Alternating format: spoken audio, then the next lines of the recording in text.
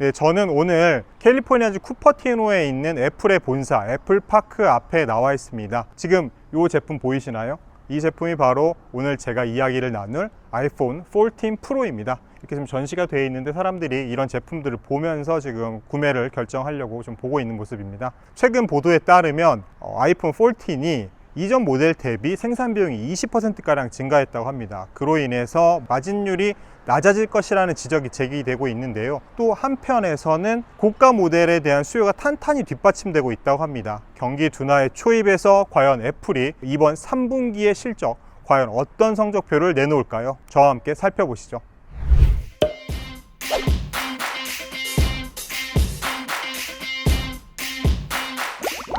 일본의 최대 경제신문이죠. 일본 니케이 신문을 보다 보니까 이런 기사가 나왔습니다. 아이폰 14을 분해해 본 결과 생산 비용이 사상 최대 폭으로 증가했다. 20%나 증가했다는 건데요. 이전 모델 대비, 그러니까 작년에 출시됐던 아이폰 13 대비 20% 정도 증가했다고 합니다. 정말 좀 깜짝 놀랐는데 이런 식으로 매번 이렇게 아이폰을 비롯해서 다양한 스마트폰, 좀 관심을 끄는 스마트폰들이 출시될 때마다 니케이는 이렇게 이걸 직접 분해를 해서 어느 부품들이 공급이 됐고 가격은 어떻게 되며 이런 것들을 상세하게 분석을 한다고 합니다. 그래서 이번에 사실 애플이 분석을 하고 나서 니케이는 그런 말을 했다고 합니다. 애플은 초고성능 스마트폰 전략을 지금 고수하고 있구나, 이런 것들이 나타났다. 그래서 프로 맥스, 아이폰의 최고 사양 모델이죠. 아이폰 14의 프로 맥스의 부품 가격을 분석을 해봤더니 한 $501 정도 되더라. 그러면서 이렇게 올라간 이유가 뭐냐, 4나노미터 칩 그리고 새로운 카메라 부품 등을 사용하면서 이것들의 가격이 굉장히 좀 이전 모델 대비 많이 올랐기 때문이다 라고 했는데, 또 이제 하나 좀 주목해볼 부분이 아이폰 14 가격은 현재 올리지 않았거든요. 물론 한국이나 일본이나 이런 데서는 올렸지만 미국에서 가격은 지난 모델과 거의 동일하게 했습니다. 그래서 결국에는 이제 미국 기준, 달러 기준으로 생각했을 때는 가격을 올리지 않았는데, 그렇게 되면 생산 비용 증가는 이익률 감소로 나타나지 않겠느냐, 이런 조금 우려 섞인 시각을 좀 드러냈습니다. 그래서 또 그러면서 동시에 고성능 부품을 탑재해서 경쟁 제품과 차별화하려는 전략이다 라고 이렇게 좀 정의를 내렸습니다. 포말하우트 테크노솔루션이라는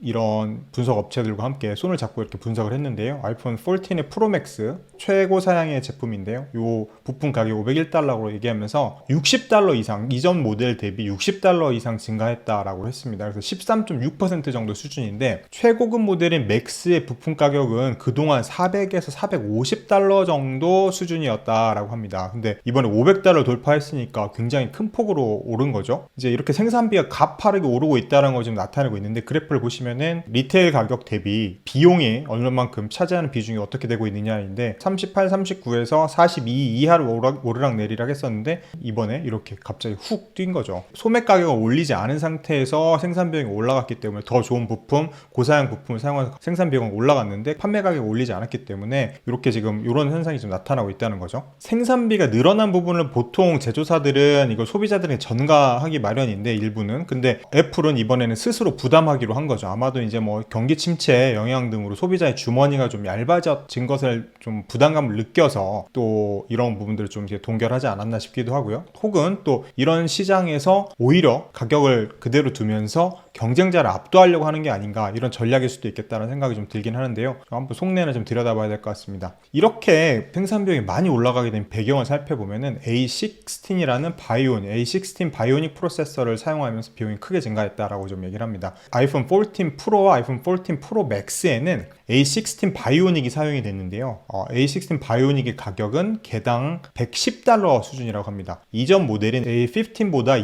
2.4배나 비싼 거죠. 그동안에 애플은 아이폰에 미국 퀄컴의 통신 칩을 사용을 했었으나, 애플은 최근 그 새로운 아이폰에 자체 설계한 칩을 지금 사용을 하고 있습니다. 애플은 2019년 인텔로부터 스마트폰 칩 제조 노하우를 인수를 했고요. 그리고 그 다음에 퀄컴과 지적재산권 분쟁을 2년 동안 끌면서 2019년 최종 타결이 됐어요. 2년이라는 시간 동안 되게 많이 이제 힘들었던 거죠. 그러다 보니까 자체 칩을 계속해서 활용을 늘려가고 있는 국면이다, 이렇게 볼 수 있을 것 같습니다. 이게 지금 A16 칩입니다. 그리고 이제 카메라 부품을 살펴보면 보면 아이폰 14은 소니의 CMOS라는 이미지 센서를 장착을 했습니다. 근데 이전 모델보다 크기가 30% 정도 크다고 하고요. 가격은 50% 정도 비싼 $15 수준이라고 합니다. 근데 아무래도 최신 부품을 사용을 하면서 이미지 노이즈가 상대적으로 적고 저조도 환경에서도 우수한 성능을 발휘하도록 설계를 했다고 합니다. 그리고 고화질 사진과 동영상을 찍고 나서 소프트웨어로 후보정할 필요성이 이제 많이 줄어들었다라는 게 이제 쪽의 설명이고요. 또 이를 포함해서 다른 카메라 부품은 아이폰이 다양한 조명 환경 아래서도 밝고 선명한 사진을 찍을 수 있도록 했다라는 설명을 좀 덧붙였습니다. 이전 모델과 같이 또 디스플레이는 삼성 디스플레이를 탑재를 했고요. 일렉트로 루미네센트라는 디스플레이를 탑재를 했다고 합니다. 그리고 또 전력 관리 칩은 영국의 다이얼로그 세미컨덕터에 이 제품을 탑재를 했다고 하는데요. 사실 2018년도에 애플이 지분 일부를 인수한 회사라고 합니다. 그래서 이후에 애플이 자체적으로 설계하고 개발한 이 전력관리 칩을 이곳에서 생산을 하고 있는데요. 그 부품을 갖다 썼다라고 좀 볼 수 있을 것 같습니다. 그러면 좀 궁금했던 부분들, 그러면은 과연 국가별로 그 부품은 어느 나라 부품, 어느 나라 회사의 부품이 가장 많이 쓰였는지를 좀 비교를 해보는 것들, 이런 분석을 했더라고요. 그래서 재밌다 했는데, 이전 모델인 아이폰 13 프로 맥스와 아이폰 14 프로 맥스를 비교를 해봤습니다. 그랬더니 미국의 부품 사용 비중이 이전 13에서는 22.6%에서 이번 14에서는 32.4%로 크게 늘었죠. 한 10%가량 늘어난 겁니다. 그리고 원래 지난 모델에서는 한국 회사들의 부품이 굉장히 30.4%나 되면서 가장 많았었는데 이게 지금 요만큼 줄어든 거죠.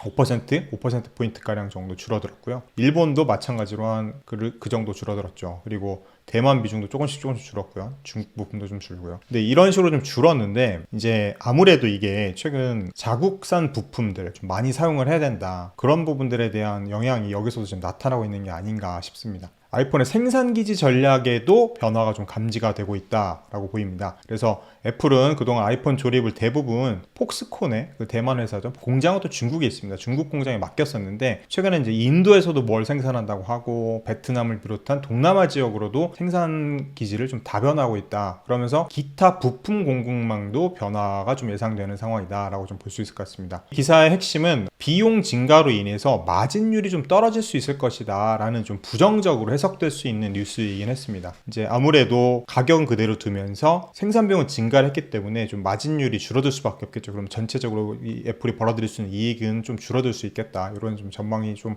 예상이 좀 가능한데요. 과연 이제 애플이 이걸 어떻게 풀어갈지 좀 지켜봐야 될 것 같습니다. 왜 아이폰이 이렇게 애플 실적이 중요하느냐 봤더니 제가 좀 조사를 해보다 보니까 여기 보시면은 이제 지금 이게 지역별 그리고 제품별 매출 비중을 좀 보고 있는 건데요. 지역별로 보면 당연히 이게 지금 지난해 연말 기준인데 미국이 당연히 44%가 가장 높고요. 그 제품별로 봤을 때는 아이폰이 47%로 가장 높았습니다. 그리고 21년 20년 봤을 때도 되게 50% 이상을 좀 유지했고 작년 21년 이게 조금 낮긴 했었죠. 이건 분기별입니다. 12월 말 기준 그리고 22년 3월 말 기준 그리고 이제 22년 6월 말 기준인데 47%, 58%, 52%한 50% 내외를 차지하기 때문에 아이폰이 얼마나 잘 팔리느냐 그리고 아이폰의 마진율이 어떻게 되느냐에 따라서 애플의 그 실적 변화에 영향을 좀 줄 수 있다 이렇게 볼 수 있을 것 같습니다. 그러면 지금 얼마나 지금 아이폰 14이 잘 팔리고 있느냐라고 봤을 때 최근에 이런 기사가 좀 있었습니다. 지난주에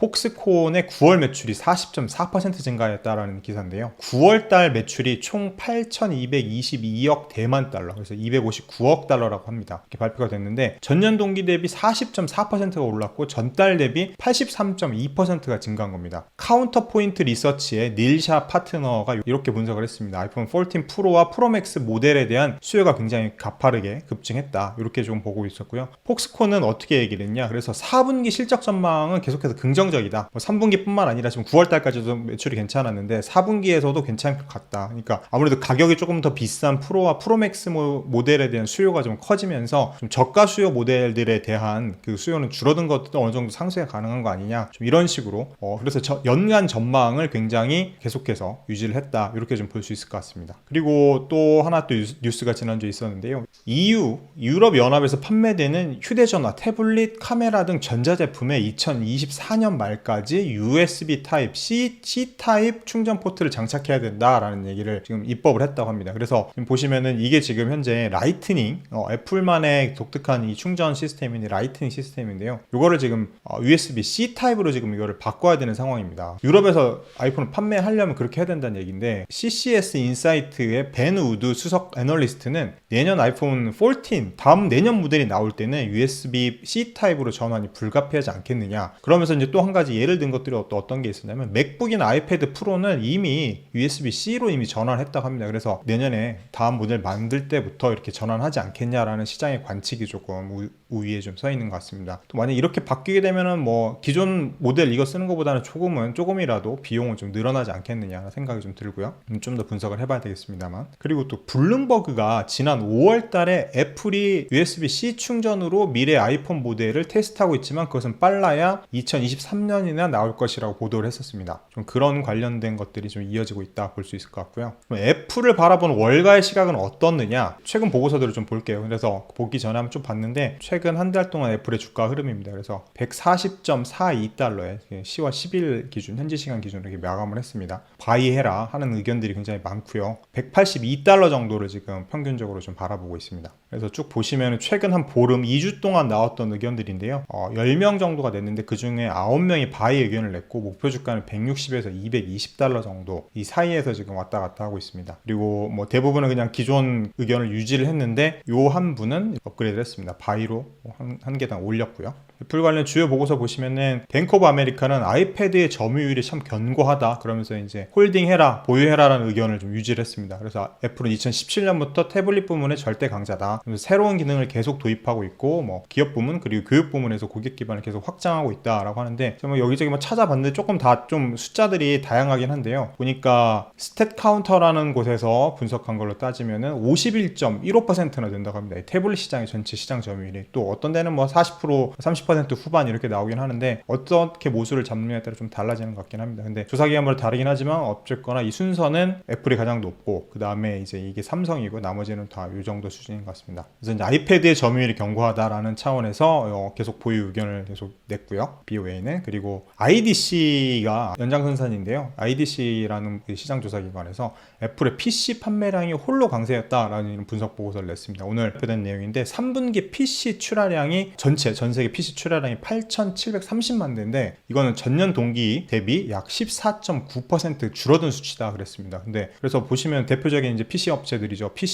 HP의 경우는 약 28%, 델은 21%, 레노버는 16%가 줄었는데 애플만 40%가 늘어났습니다. 맥북에 대한 인기는 여전히 강하다 이렇게 좀 볼 수 있을 것 같고요. 그다음에 UBS는 매수 의견을 좀 유지를 했습니다. 아이폰 14의 하이엔드 모델 수요가 예상처럼 강력하게 지지되고 있다라는 얘기인데요. 아까 제가 얼핏 말씀드렸지만 로우엔드 모델에서는 그 수요가 좀 약세이긴 하지만 이 부분을 충분히 상쇄하고 남는다라는 얘기였고, 또 다른 이 보고서에서도 이런 부분들 크게 이제 뭐 보면은 크게 문제가 되지 않을 것 같다. 하이엔드 모델에 대한 수요가 강하기 때문에 판매량이나 이런 것들 전체로 따져봤을 때는 크게 이전 분기나 그 전년 동기 대비 그렇게 크게 빠질 것 같지 않다, 괜찮을 것 같다라는 의견들이 좀 있었고요. 모건 스탠리의 분석인데 앱스토어의 9월 매출이 5% 감소했다. 그러면서 미국, 캐나다, 일본의 앱스토어에서 매출이 5% 줄었다고 하는데요. 2015년 데이터 모델링을 시작한 이후에 가장 큰 폭의 감소라고 합니다. 그래서 특히 게임 분야의 매출이 14% 정도 줄었는데, 이게 아무래도 팬데믹이 끝나고 뭐 엔데믹이 됐고 이제 활동들도 외부에서 늘어나고 있고 대면 활동들 늘어나고 있고, 또 동시에 인플레이션과 또 이런 약간 경기 침체, 약간 호주머니 얇아지면서 사람들이 이런 게임에 대한 지출을 좀 줄이고 있는 게 아니냐라는 그런 분석이 좀 나오고 있습니다. 네, 최근 애플 소식들을 쭉 한번 짚어봤습니다. 긍정적인 소식과 함께 부정적인 뉴스들도 섞여 있는데요. 오늘 27일, 한국 시간은 28일입니다. 3분기 실적 발표 관심이 쏠립니다. 실리콘밸리에서 서기열 특파원이었습니다.